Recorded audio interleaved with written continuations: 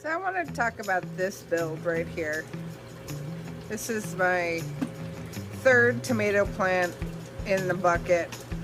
And the reason that I use a 5-gallon bucket for tomatoes is because they are greedy, they like their own space, they like their own apartment, and if you give them their own area, they will absolutely thrive. So this is actually a branch off of this mother, and I let it take root in the bins over here, and then once it had enough roots, I planted it in this bucket, and you can see it's starting to get little tiny roots growing. But what I've done with this is I bought these little nets that fit over the 5-gallon bucket perfectly, and I cut a little notch in it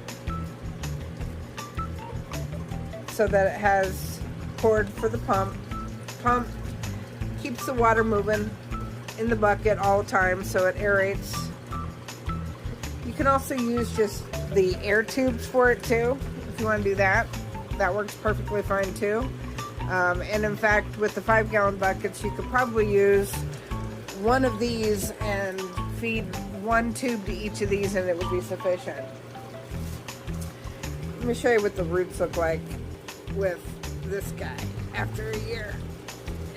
It like drinks water up like crazy. And this is one that I just grew from seed recently, and as you can see, got a little bit too much nutrients in there. That's where it's a little bit more lime, but it'll come back around. It'll be fine.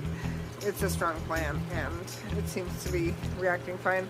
And then this guy also has massive roots too. I have to water again, so that's why I put them in individual buckets. They thrive and they'll actually fruit if they're separate, but they like to be together as well. So I mean, you can congregate them together, but they all like their own apartments. This guy is a cage that I purchased from, you know, another one of those big box stores, but I took it off and I like welded it together onto this so that it had its own little automatic cage instead of having to try to fashion one out of bamboo or metal, and that's working really well.